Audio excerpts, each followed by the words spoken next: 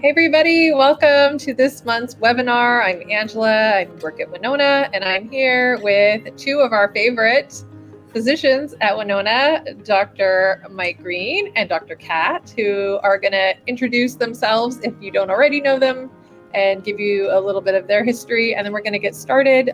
In the meantime, everybody, please, while we're doing intros, put your questions in the chat. Take it away. Either of you. Okay. Let me first then. I'm Dr. Kat Brown. I'm one of the Winona doctors in the state of Pennsylvania and in Florida. Board certified OBGYN. I was in the Army for 12 years and pretty much have dedicated my adult career to women's health and helping women at all stages of life. I have 3 kids, just recently got married this summer, but also going through my own midlife transition. So this is a topic of keen interest to me, and I'm all about helping women that are going through similar things. So that's me in a nutshell. Dr. Green? So hi, my name's Mike Green. I'm also a board certified OBGYN, and I'm the Chief Medical Officer of Winona.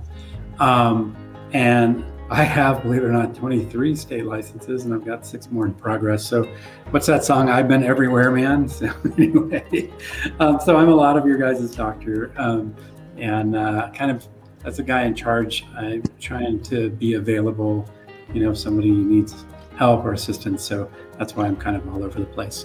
But I am been doing women's health, actually post-residency now for over 24 years, which is kind of a scary thought.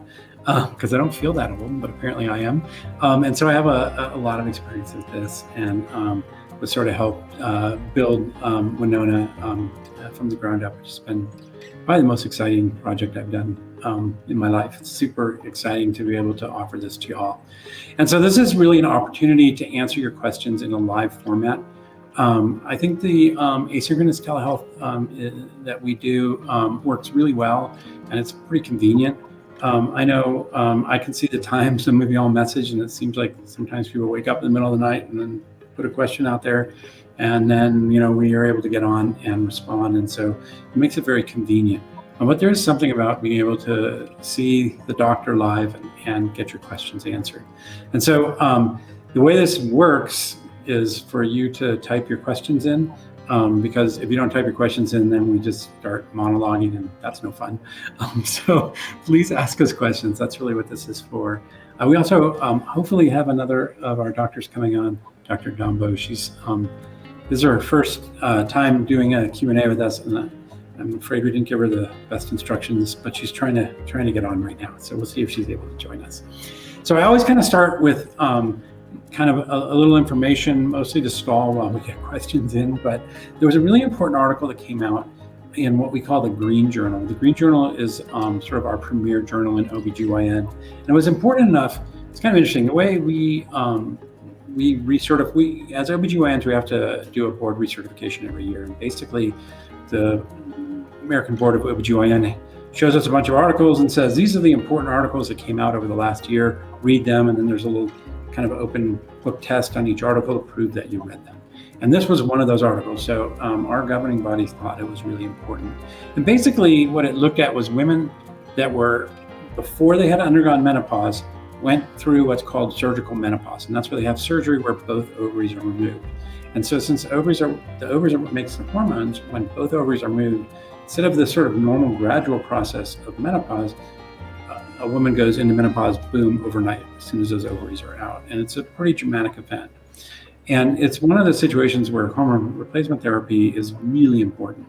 And what the study really was looking at was, how has the trend been over time of getting these women the hormones that they need? And it turns out that it didn't start out very good, and it's gotten worse. And so this is getting worse and worse over time, where doctors are less and less likely to prescribe HRT for women that underwent surgical menopause. And in fact, in women under 50, less than 50% of them received hormone replacement therapy after surgery. And those that did were only left on it for about 5 months, which is really inadequate. And so that's really unfortunate. And it's one of the things that I'm glad we exist, so that we can step in and fill that gap and get people the medicine that they need. It was a really interesting statistic in the study that I thought was really mind-boggling. I mean, we all knew the trend was there, but in this study, they said that there was a 98% increase in heart disease in women that underwent surgical menopause and did not get HRT, and an 85% increased risk of stroke. These are women that had their ovaries removed and did not get hormone replacement therapy. If they got hormone replacement therapy, that risk went back down to the normal risk. And so HRT is really important in reducing risks of cardiovascular events, not just in women that underwent surgical menopause, but really in any woman whose estrogen levels are decreasing and eventually going away, which is what happens during the menopause transition. So not only does it improve quality of life, but it really improves outcomes and healthiness. And we know that women that get HRT before age 60 that are appropriate candidates live longer than women that are never on hormone replacement therapy. They have decreased risk of cardiovascular disease, decreased risk of osteoporosis, decreased risk of certain cancers like colon cancer. So it's really a beneficial treatment besides all of the quality of life issues. So hopefully I stalled long enough to get some questions in. So please keep putting your questions in, because we're going to run through these and then we're going to be staring at each other. So ask away. I'm sure that's why you're here, right? Well, we definitely have some, so that's good. It's a good place to start. It's better than none. So Sheila has a few questions. She's first asking if we could explain why a blood test is not needed. Well, so mainly the blood tests are really not necessary because our female hormones are dynamic. They're really changing from time of day and from day to day. And over our course of our lifespan as women, our hormones are released in a pulsatile fashion anyway. So really, depending on when you get blood work done, we would need to know all these other details for it to mean anything or have any value for us. And the hormones can vary so much, even in the course of a day, based on if you've eaten or if you're fasting and what's going on, that it's like giving a snapshot in time, but it's not giving us a full picture of what's going on. It's better for us to follow your symptoms and actually get a symptom log is more accurate for us to kind of figure out where you are and what hormones you might be deficient in and what we could do to help you. So the blood tests aren't as valuable to us in that sense. Okay, so she's then asking if we could also speak to the safety of bioidentical hormones. And she was mentioning that she's 59 and noticed that hormones should be started before 60. And is there still a benefit? And how long can you use it if there is a safety issue? Well, so, talking about bioidentical hormones, we're talking about trying to give you therapy that's most like what your body produces on its own. And rather than giving you high doses of synthetic hormones that aren't made in your body, by giving you bioidentical hormones, we can use a lower dose to achieve a better result compared to giving you synthetic medication. As far as your age goes, being 59, you have to think about risks and benefits. Anytime you're going to start any medication, you want to think about the risks and the benefits. So if every day your symptoms of menopause are so bothersome that they are interfering with your quality of life, interfering with things day to day, you can't get a good night's sleep, you can't focus, and looking at that versus the risk of the medication, if your benefit outweighs your risk, then it's a good time to do it. Every woman is on their own timeline as far as this goes. We know what the average age of menopause is, but not every woman goes through menopause at 51 or 52. Sometimes it's 55, sometimes it's 45 or 44. And so, if you at 59 years of age are really having bothersome symptoms, yes, we can still start you on it, as long as we go through your medical history and get a thorough review and make sure that it's safe for you as a patient. And I have someone saying mommy, so I'm going to go on mute and let Dr. Green answer the next one. Okay. I'm going to add to that a little bit in that these cutoffs, the 60 cutoff is really a statistical thing. And so they basically get all this data and they look at what happens at various ages and they say, at what age does the risk, move? And so anything before age 60, we know statistically it's assuming there aren't other issues, it is a safe thing to do. And then it's fine to go on beyond that and use HRT as long as needed. The average woman's on HRT for about 5 years, but it varies greatly. And it's really safe to be on as long as you need. And then you asked, does menopause ever end?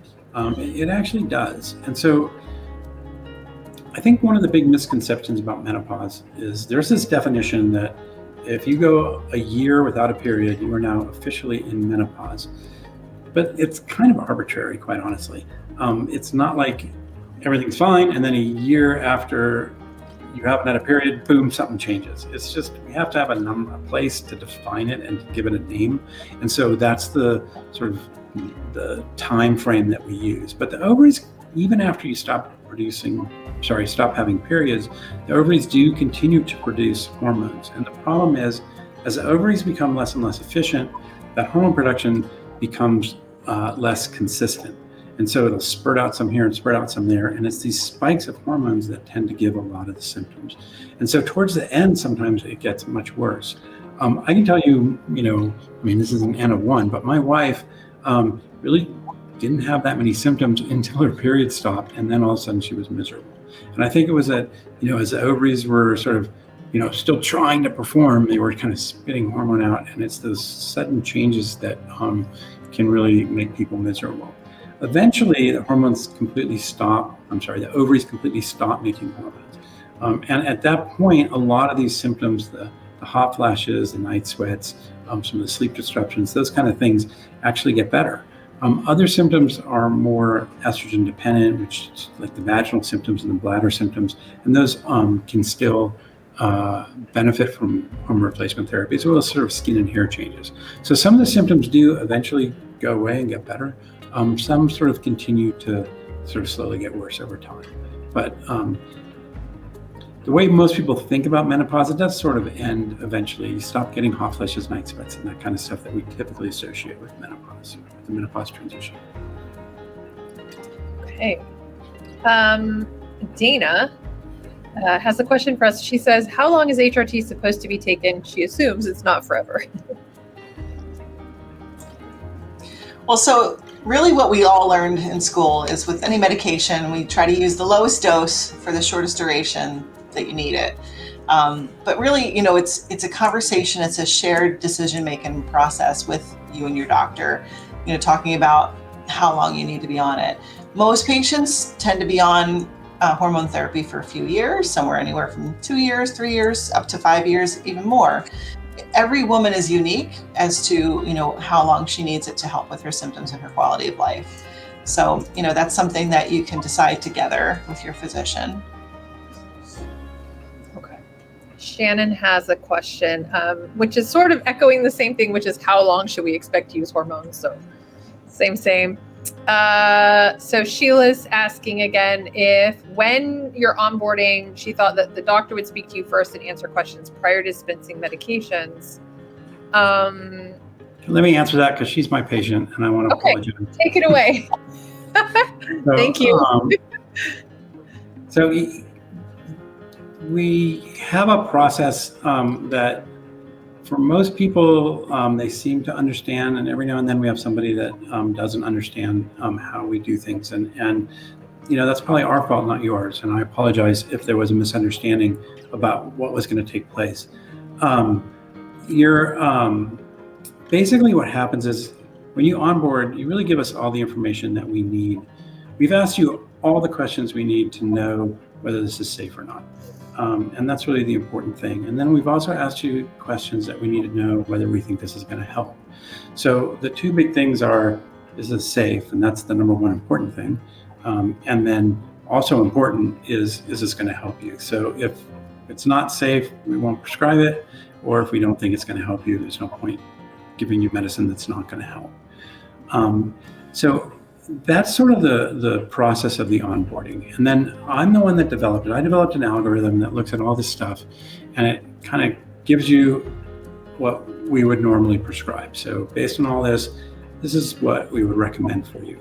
And it took about 1,000 patients to nail this algorithm down. And it works pretty well. I can tell you that it's pretty unusual that I actually changed something after kind of got through the algorithm every now and then, and that's why we do look at it. But it's pretty good. And so we show that to you. We say, if the doctor thinks this is safe, is this something that you would like? And if the answer is yes, then we look at everything and we assume that means that yes, it's something you're comfortable with and you want. And if we think it's safe and effective, we go ahead and prescribe it. There are opportunities to ask questions. And there is a button to hit saying, don't prescribe anything until I talk to you. You obviously didn't see that button, and I apologize.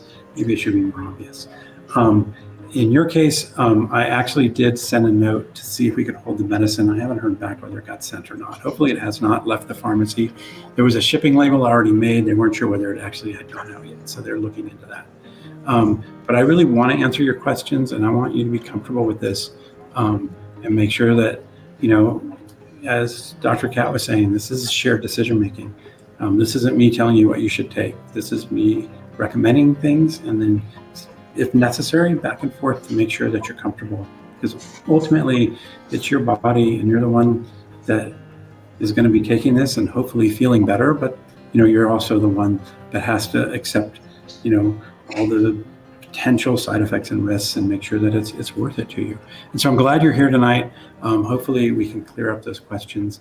I tried to answer them for you online, but hopefully it'll work better for you. And again, I apologize for the misunderstanding. It's not our intention, believe me. Okay. Thank you so much for answering that. And anybody else, feel free to keep adding questions. I know we have some, but I just want to encourage everybody as we're talking to continue to add their questions. Robin would like to know, how often are prescription meds reviewed to confirm when or if a change is needed? Well, so typically we check in standard with every patient at about the 10-week mark. We'll send you a questionnaire with some basic questions just to kind of check in and see how you're feeling on the medications. But one of the things I've talked to my patients about is that, there's an open dynamic. You have access to our physicians whenever you want. So if something pops up, or you're having some symptom that you're concerned about, or something you're worried about as a side effect, you can feel free to message your doctor whenever. You don't have to wait until that 10-week mark to do the formal check-in. I've had patients that after 2 weeks, they say, well, this symptom is better, or this symptom is better, but I'm still experiencing night sweats. Can we change things? And sometimes we might make adjustments, or I might say, let's give it a little bit more time. We might need to let your body adjust to the medication longer. But there can be an open dialogue, and that's the thing, is that you're not locked into a dose for a certain amount of time. This is something that's dynamic, and in some patients we get lucky and we get a good dose and it works great and we don't have to make many adjustments. But for a lot of other patients, there's a lot of trial and error and trying to find the right thing for you as an individual. So we have to keep that dialogue and communication open. Okay. Stacy has a question regarding cream and pills. She says she's been on them for less than 3 weeks, and the nighttime hot flashes have completely disappeared after 3 days, and her sleep is so much better. Yay.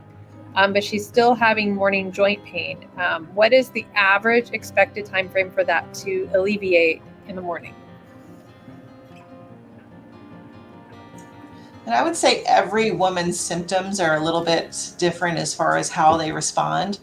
Joint pain is one of those symptoms that may not be 100% attributable to menopause. There can be other factors and other things that play a part in that. So, it may not be that taking hormone therapy might be this magic fix for every single symptom you've experienced. It could be, arthritis. There could be some other issue going on in your joints. But if you're noticing your symptoms tend to be worse in the morning, you could always try adjusting, your administration time of your medication. If you're using the cream in the evening, and you're sleeping good, your night sweats are better, maybe go a little bit later, right before bed, before you put it on. Might need to adjust, or even try using it in the morning and see how you do. Sometimes it's trial and error. Okay. Catherine is asking if we can please set expectations in terms of weight loss, and she understands that every patient is different. You want to take this one? And silence. I just wasn't sure she was going to jump in. I don't want to step on anybody. I keep putting my microphone on mute because the guinea pig cage, he was making a little bit of noise. I had to go on mute for a bit. Okay. So the weight loss is really variable. I have patients that lose a tremendous amount of weight, and I have patients that don't lose any weight. It tends to take time. There are some symptoms. Hot flashes, night sweats are usually kind of early wins. For some people, it takes a little bit of time, but for a lot of people, it's kind of an early victory. The first few weeks, starting to see improvement. Sleeping is another one. Weight loss, skin and hair changes, particularly hair changes, those tend to be later victories down the road. They take longer. And part of it with weight loss is that for a lot of people, they've been gaining weight, which is one of the reasons they came to us. Everything was fine, and then they start hitting the menopause transition, and all of a sudden, all the things they used to do to keep their weight under control isn't working anymore. It's like, gee, I'm eating the same food, I'm exercising the same, and all of a sudden I'm gaining weight. And so the analogy I have is it's like reversing a moving train. The first thing you got to do is stop that train, and that takes time. And once you get the train stopped, then you can start building momentum to get it moving in the other direction. And so sometimes I'll have patients, we'll be at the 10-week mark, and they'll say, "Gee, I haven't gained any weight." It's like, well, I haven't lost any weight yet. It's like, are you still gaining weight? No, I'm not gaining weight anymore. It's like, okay, well, that's a small victory. Let's take that, and then let's give it time to reverse, and now we should start seeing some weight loss. The other thing is that not all weight gain is from the hormones. So there are a lot of reasons that people have problems losing weight.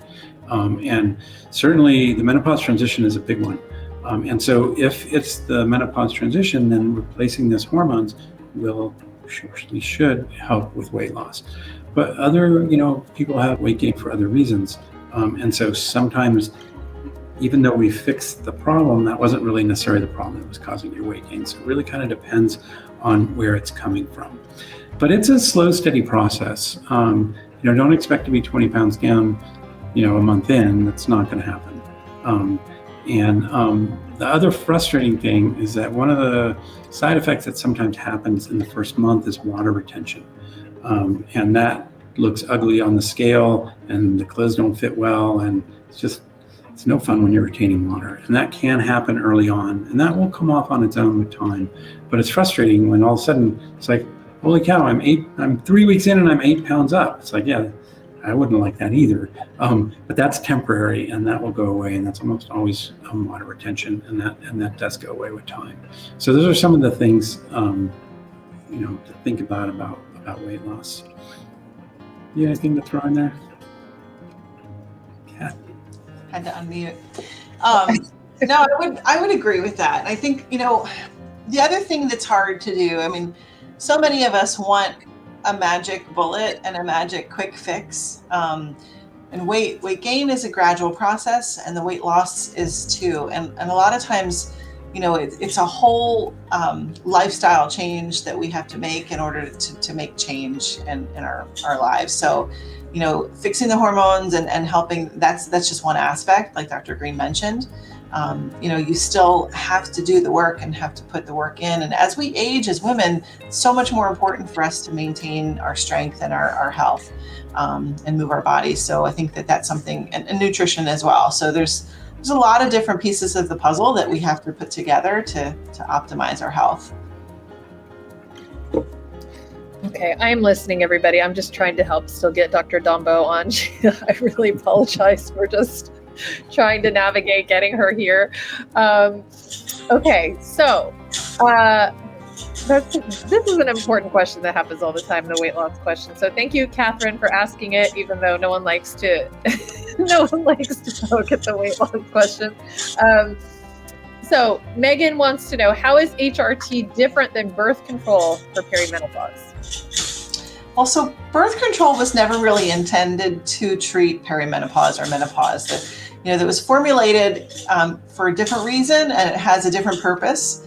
And the main difference is that birth controls are synthetic hormones. They're not like our body's own natural hormones. And the whole goal is to suppress your body's normal function and normal ovarian function to prevent ovulation.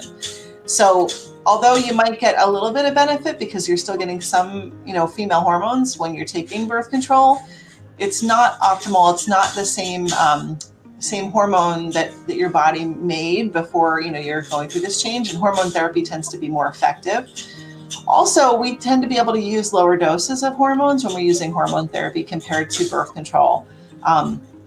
Really, side by side, birth control has a lot more risk associated with it, and you have a higher risk of complications from birth control than you would from hormone therapy, especially because we're able to use lower doses with hormone therapy. So unfortunately, a lot of OBGYNs will prescribe birth control because we have the most experience with using that. In most of our careers, we've been prescribing birth control for women for decades, and it's what we are comfortable with and what we use a lot. So if a doctor is not really familiar with hormone therapy and doesn't have the skill set in their repertoire to really be able to prescribe that for patients, they'll often go to birth control first. And it might give some patients a little bit of help, but it's not the best, as far as treating your symptoms. So Dina would like to share that her most problematic symptom is involving her urinary tract, where she feels like she has a UTI, but after a test, she doesn't. And she's told it could be menopause related, and she wants to know if HRT will help that. It can. So really, when it comes to the genitourinary symptoms of menopause and perimenopause, it's really due to a loss of estrogen from the tissues surrounding, in the vagina, around the urethra, the support of the bladder. And so that's something that a lot of women will experience. And so replenishing your body with estrogen will help with those symptoms. There's also some other things that could be going on. There's some other conditions that can give you that symptom of feeling you constantly have a urinary tract infection. So if you haven't sought care for that or been evaluated, it's still worth being evaluated. Specifically, there's a condition called interstitial cystitis, which is when women feel a constant, like they have a bladder infection, but then every time they have a culture, there is never an infection. And that's a problem with the bladder itself. But menopause, yes, can denude that tissue, the tissues that support the bladder, of estrogen. And that can really cause these symptoms. And a lot of women, when they supplement with estrogen, whether it be topically in the vagina, we give vaginal estrogen, or whether they take systemic estrogen, it can really help those symptoms to improve with time. Dr. Dombo is in the chat, and here she comes. Hey! Yay! Yay! Oh my gosh. I'm sorry. You must be so frustrated trying to log on all I'm this. so sorry. It's all good. Wow. You made it though. It's great to see you. Good to see you guys too. One way or another. Wait, You want to introduce yourself real quick? Yes, we want you to introduce yourself, please. Yeah, so my name is Kudzai Dombo. I am OBGYN here in Los Angeles, California, and happy to be here. I am so happy you're here. It's so nice to see your face and everybody. She has been, I just have to say, for 30 minutes with me trying so intently to get on because she wanted to be here to participate and to share her knowledge with you all. So thank you for coming and on Team Winona. And we're just happy to have you. So thank you. Thank you. Thank you. Okay, so we're going to go back to some of the questions, and maybe we can punt over a question to you if you don't mind, since you're here. Is it okay? Do you mind? Okay. So hold on, let me just swap back here. Jenny says, a friend of mine is struggling with symptoms following a hysterectomy, but she doesn't believe HRT is an option because she has a family history of breast cancer. How do you address menopause symptoms under these circumstances? Yeah, so it's really interesting. So two things that I hear. One is that she's had a hysterectomy. I don't know if her ovaries were taken out or not. I know that wasn't mentioned, but either way, mentioning that she has a family history of breast cancer is definitely not a contraindication for hormone replacement therapy. There are a lot of studies that have been done. I think the big scare came after the WHI, and there was concern for breast cancer being a risk for estrogen therapy, estrogen hormone therapy. But a lot of the recent studies have shown that having a family history, even a very strong family history of breast cancer, is not a contraindication. So her friend is a candidate for hormone replacement therapy. The fact that she's had a hysterectomy is actually a bonus because the data says that women that take combination hormone replacement therapy, estrogen and progesterone, which is what we have to give if you still have a uterus, you have a slight increased risk of breast cancer. It's pretty small, but it is a slight increased risk. But women that use estrogen only, as you would do after a hysterectomy, do not have an increased risk of breast cancer with hormone replacement therapy. And that's been pretty well studied, which I'll be honest with you, it kind of surprised me when that came out. I didn't believe it. And then study after study after study verified it. So sure enough, it's true. So your friend in particular is in a really good situation and actually a really good candidate for HRT. Angela, can I point out we missed a question? Yes, you may. I'm sorry. I scrolled back up. You were so busy coming to Dr. Dumbo's rescue. Oh, Dawn. I skipped Dawn. Dawn, I'm sorry. Okay, Dawn. Let's go to Dawn. Dawn says, her question is, what is the role that vitamins play, if any, in menopause? Well, so I'll go into my spiel about vitamins in general, not just specifically for menopause, but generally vitamins provide a role to supplement and really fill in the gaps in our nutrition when we're not getting everything we need from our diet. So, if we all ate every color of the rainbow and we all ate an optimal diet, whole foods and a lot of vegetables and fruits, and, we would probably get all the vitamins and nutrition that we need. But, in America, we really don't. We eat a lot of foods out of convenience. When you look at their grocery stores, the majority of all the food in a grocery store is highly processed, shelf stable for months. And sometimes, despite our best efforts, we don't get everything that we need. So that's the role that vitamins and supplements play, is that, it's really to supplement what you're not getting nutritionally. So, there's a lot of different vitamins and supplements out there, and you'll find a lot of different companies that sell these like special menopause vitamins and special menopause supplements. And, maybe that they help patients greatly. There's a few things that you could take individually and then there's some benefit, but the downside is there's not a lot of great research on vitamins and supplements because nobody can really make money on selling a lot of them and doing because they can't get FDA approval. They can't get that, stamp of approval. No one wants to put the money in to actually prove and actually do the research. So a lot of it's like, oh, this might help with this might help with that. So we're forced as the consumer to make these decisions for ourselves. And we trust what people tell us on their labels. Right. But, that's something that you have to scrutinize. Anything that's like highly recommended, and maybe just try something that might be good for you. But that's kind of my spiel, is that multivitamins aren't necessary for most people unless you really don't have a healthy diet. But anything your body doesn't utilize, it's going to waste anyway. So you might be paying for a vitamin, it might go in, and it might come right back out if you don't need it. So did you guys see there was an article that just came out, I saw this morning on my feed, that was labeled, "Is fish oil really snake oil?" Which I thought was absolutely hilarious, because the big hopes of fish oil have kind of proven to be not so good, that it's not providing all the benefit that we hoped that it would. I just thought it was a hilarious title for an article, and it was going through the data for fish oil and how, unfortunately, it doesn't seem to be doing all the things that was promised a decade ago. But I just thought, it's fish oil, snake oil, and that's the problem, really, is sometimes it's hard to know what's really helpful and what's not.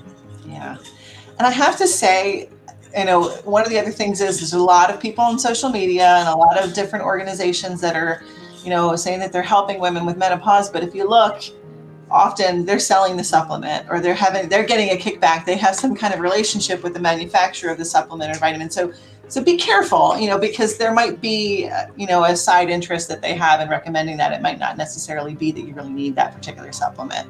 Yeah. So especially for all the Instagram influencers out there, we're like, use my code of blah, blah, yes. we're getting paid money. So just be mindful, because that's super important. I do think that there are a lot of lotions and potions as well that are being sold under the guise like, oh, this is great for women in menopause. So it's important to do your due diligence, and take a look and see what's in it. What are the contents prior to just truly, going for it. Yeah. The one that was most interesting for me lately is I've had a lot of patients come to me on Silky Peach Cream. And the manufacturer of this cream is called Parlor Games. And they're marketing to women in menopause. And I'm like, really? Could you have chosen a little bit more professional of a name, Parlor Games? And, they don't have anywhere listed on the product or on their website exactly what's in this silky peach cream that's supposed to be for vaginal dryness. So I don't know about you guys, but I would never want to put anything in my body or on my body that I don't know what's in it. Yeah, that's a big red flag. When they don't list the ingredients or that's a proprietary blend, to me, that's a big red flag. They don't want to let you know what's in here. Magic. Right. It's magic. Fairy dust. Okay. Well, that was good. That was a good question. Thank you, Dawn. And I'm sorry that I skipped you in my haste of getting us settled. All right. So let's see. We answered Dana and Jenny. Shannon. I had a partial hysterectomy at 37. How do I know when menopause is done? Well, you can't rely on your bleeding to know when you've actually completed it. So you're going to have to go by your symptoms, really. And so that's really, you're just going to have to monitor, the hot flashes, the night sweats, those vasomotor symptoms that we notice. But yeah, it's a hard one when you don't have the bleeding to gauge. But yeah, I think also Dr. Kat, the other symptom that is I've noticed is pretty typical is like, new onset, like depression or if you have a history of depression, worsening depression, anxiety, mood symptoms are also an indicator of, hey, could this be due to, reduced levels of estrogen? Obviously, it's not always the case, but it's always something to look out for in the event that like your hot flashes, your night sweats don't necessarily manifest during, the midlife period. I feel like Hollywood Squares now that we have 4 of us. Yeah. It's like we're the Brady Bunch. Okay, Dana is asking the ever popular question: is your product and service covered by insurance? Well, so we don't bill insurance directly. So, in order to make sure that we have a quality product and we have access to physicians directly to you, we do have you pay out of pocket for the medications, but I have been successful. A lot of my patients are able to use their FSA or HSA cards that are associated with their insurance. I've also had patients submit, information about their prescriptions and have gotten reimbursed for their prescription costs as well. So, it's a little bit more legwork on your end, but, some patients have been successful in doing that. The downside, we can go into a whole diatribe about the medical system in America, but relying on insurance coverage and compensation really limits what kind of quality of care is available to you, unfortunately. And so in order to make sure that we're giving you a quality product, we've chosen not to do the billing of insurance directly because we want to be able to make this accessible and easily accessible and not having to go through prior authorizations to get you medication and that kind of thing. So. Yeah, it's really unfortunate. Insurance, it's the bean counters that are sort of driving healthcare, and sometimes they tell us what we can and can't do. It's like, gee, this is what I think is best for my patient, and the insurance company says, no, we're not going to let you do that. You have to try this, and this first. And it's like, well, this isn't really good for my patient. It's like, well, they got to try it first. And so, yeah, insurance,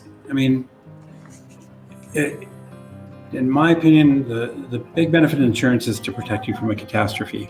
I read an article once that said if my car insurance was as good as my health insurance, it would cover my windshield wipers. And the idea is that, we paid out of pocket for my wife's mammogram. It cost, and I happened to get an oil change the same week. It was less money than my oil change. I understand we're all paying ridiculous amounts of money for insurance. We want to get something out of it. But on the other hand, I think there's some freedom in going outside of insurance, and that we can do what's right for you and not what the insurance mandates. And that's important.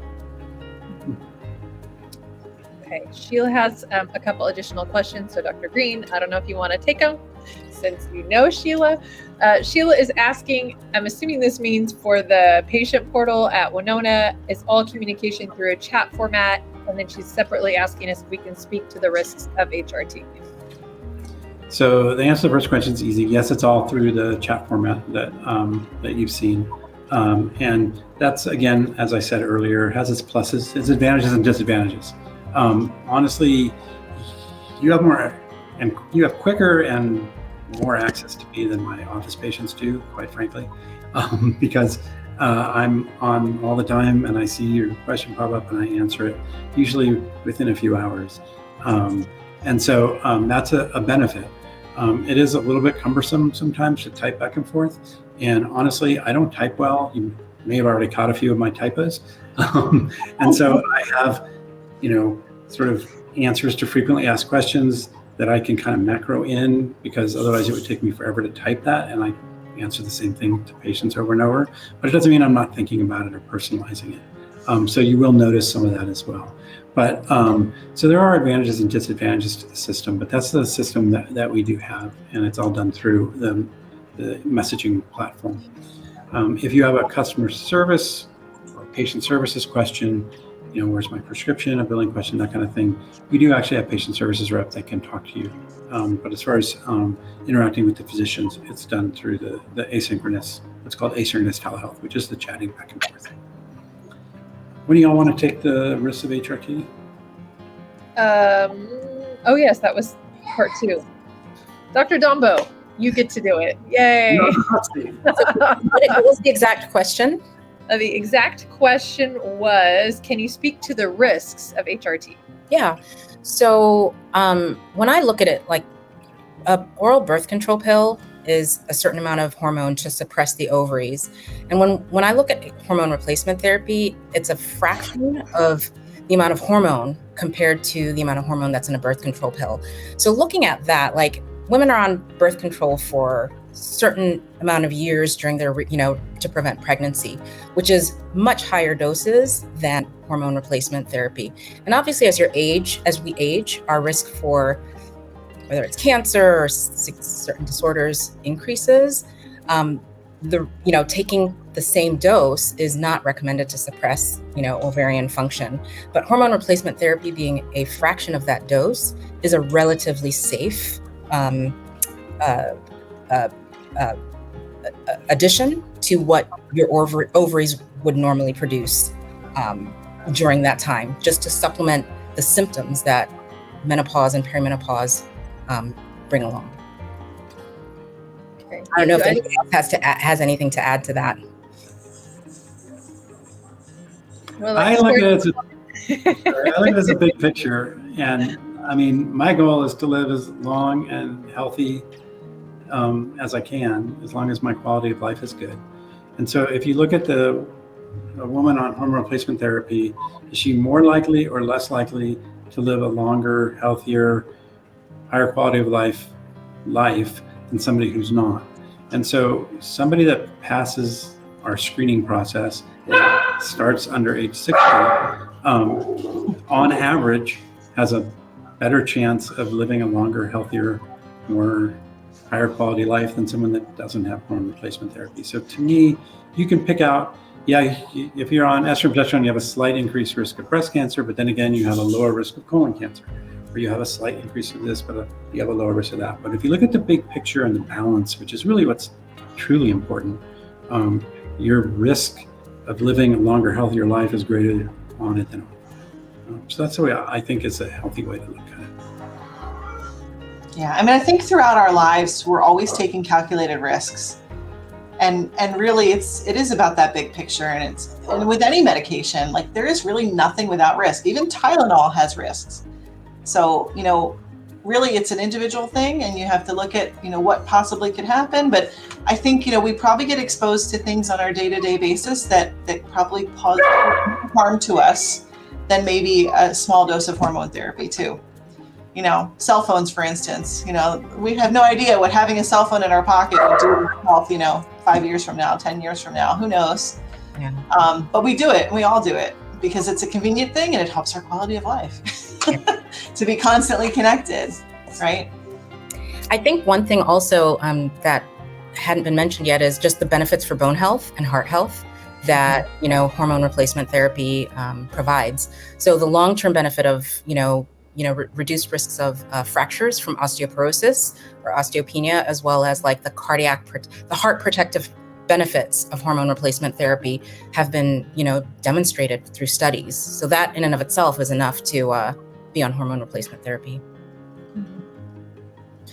I think piggybacking on that, the next question is sort of a broader question, but I think if everybody here read it, you can all speak to it. Catherine's asking if we read the February New York Times article about menopause, which I think most everybody did, and that it was a landmark piece when it comes to debunking HRT myths. And I would love to hear what each of you think, feel, if you remember it, what you thought of it.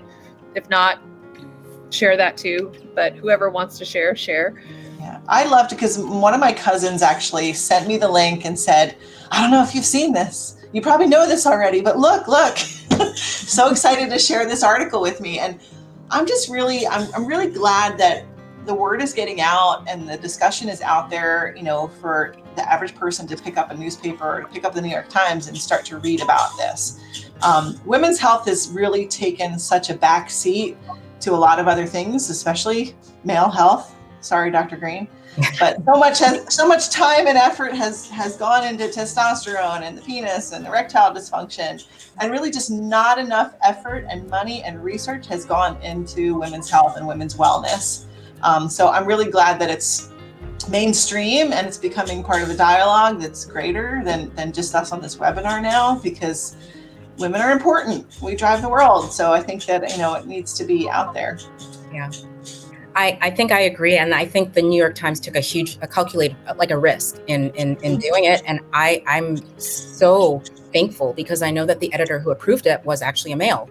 And to be the writer who's a female and to be trusted enough that what I have to share is important enough and it to be published, I thought was a big stride forward for women's health. Yeah, especially in a day and age where women's health in other arenas is being challenged so much, like reproductive freedom and everything else. Sorry, I didn't mean to cut you off, Dr. Green. No, I was just going to say, what was even cooler than the New York Times article is I was at a Super Bowl party and like one of the first ads, one of the most expensive early ads was a menopause ad. I'm like, you got to be kidding me. And we're like, at the Super Bowl. We use a platform called Slack to communicate. We're all slacking around. Who bought that ad? It's like, did we buy a Super Bowl ad? But to me, that was really exciting. It's like, wow, that's awesome. Who would think that there would be a menopause ad in the Super Bowl? I thought that was right. VMS. It was all about VMS. But I'm so glad that this is starting to be talked about more, and it's not this taboo subject. And speaking to I totally agree. And that one of the motivators really for starting Winona was we were looking at all of this ED, all this erectile dysfunction stuff that was going on. And it's like, wow, they're doing all this stuff for men for erectile dysfunction. It's like, nobody's doing anything for hormone replacement therapy. It's the same demographic, but it's the women. And we can do this really well, and we can bring what the men have been getting for their erectile dysfunction to women and make it really convenient and try and make it easy and smooth and helpful to be able to get this out there and reach that demographic that's not being reached. So that I totally agree with you, Kat. That and if you look, that's one of the shameful things, honestly, about healthcare in the U.S., but really the Western world is, like, all the money is spent on men as far as studies and drugs and diseases, and it's really unfair. And so I'm glad that this is starting to come out into the light is being shed on it, and it's no longer taboo. Well, it's less taboo to talk about. We have a long way to go, but it's really an exciting change. That was a good question. Thank you, Catherine, and thanks everybody for answering. Sheila is asking or telling us that her sister had breast cancer, and based upon that, she wants to know if it's still safe for her to take HRT. I think we spoke about that a little bit earlier. That even if you have a family member that's had breast cancer, it doesn't mean that you can't take HRT. That's something that it's a personal decision, and you can talk about the risks and benefits with a physician. We worry more about women that get breast cancer under the age of 50 compared to women that get it older. But just because a female member of your family had it doesn't mean you're going to get it. So you still would be a candidate. But we can talk about that with you if you're on board with us. Okay. Jenny says she understands that HRT is not birth control, but she wants someone to speak to the actual risk of pregnancy while in perimenopause and being on HRT. She's hesitating to get another IUD, and she doesn't want to be on synthetic hormones, and she's considering sterilization, but it seems pretty late in the game to bother with the surgery. Am I saying this right? Nulliparous? Yep. Okay, and has never had a pregnancy scare. Wow, a new word for me today. Nulliparous means like never having bore children. So well, this is good. And as an English major, I should probably know that. But no, I've learned something new today. Thank you. Paris is to be pregnant. Null is none. Makes sense. Okay. Anyone? Well, so it's important to know that hormone therapy does not provide any kind of contraception. So in perimenopause, as our ovaries are starting to really ramp down and really, are starting to wind down we're born with all the eggs that we're ever going to have. And as we get older and as we go through this transition, you may start to not ovulate each month. Every woman's a little bit different. If you're still having regular cycles and they come the same time each month, you have what we call catamenial symptoms, meaning that like every month you get a little bit of PMS, you might get breast tenderness. That kind of tells us that cascade of female hormones that causes that menstrual cycle to happen each month is probably still active. So you might still be fertile if you're having those regularly, but the ovulation really becomes erratic. So is pregnancy possible when you're menopausal or perimenopausal? Yes, it can still happen. So really until the age of 50, if you're sexually active and still having cycles, you should still use some kind of method to prevent pregnancy. Hormone therapy will not provide that for you. And it's important to mention that if you are on hormone therapy and you do miss a period and get a positive pregnancy test, you want to stop the hormone therapy right away. Because once you have a fetus or a baby growing inside of you, that the hormones could cause some changes in their own development. So, but it's important that you stay on contraception if you have the risk. But if you don't want to be on hormones, you don't want to take synthetic hormones, there's a lot of other ways out there. There's barrier methods that you could use. We have a whole buffet of options as OBGYNs that we can offer you to really control your own fertility. But I wouldn't throw caution to the wind and think it can't happen. I've had plenty of patients have that happen. In fact, we just had a 48-year-old patient just get a spontaneous pregnancy. It's rare for us to see women over the age of 50 get pregnant on their own without some kind of assisted reproductive technology, but things can happen. The body does some amazing things. So don't chance it if you really don't want to get pregnant. Wow. Did you say wow? I did. I was like, wow. I'm just processing, like, I'm 48 and I was like, wow, that hits pretty heavy. Like, woo. Wow. If you were planning for that could be scary.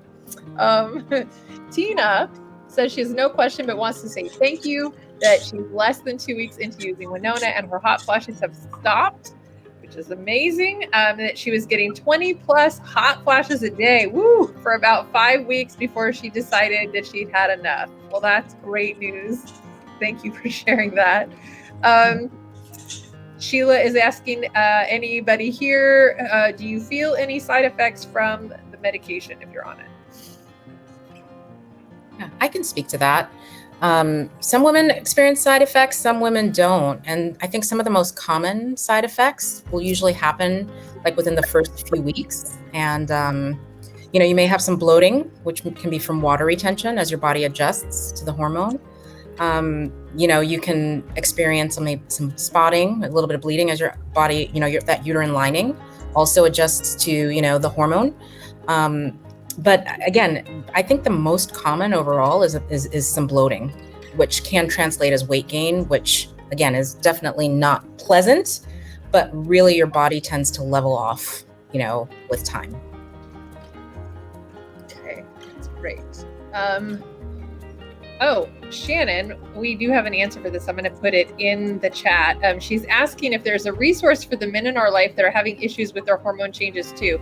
Actually, the way I read that was I didn't finish reading it. I got so excited. I was like, and Winona has a great PDF for you about how to have conversations around menopause with your partner. But you're asking something a little bit different, which is there a resource for men in our life that are having issues with their hormones, not with our hormones? That's the catch. So I don't know if we do. Anybody here have a response for that one?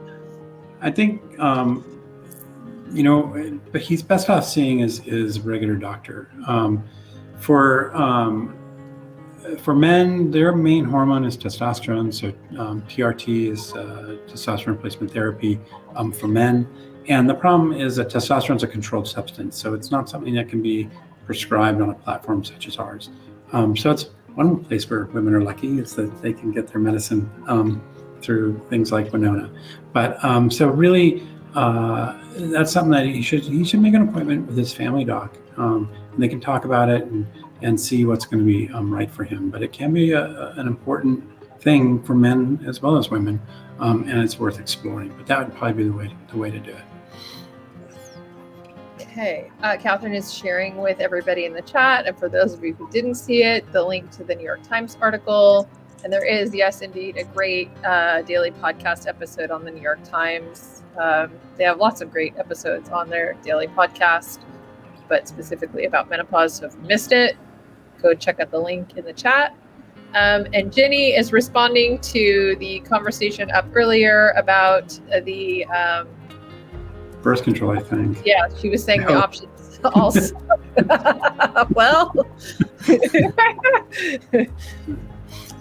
Well, yeah, well, it's possible that that's true.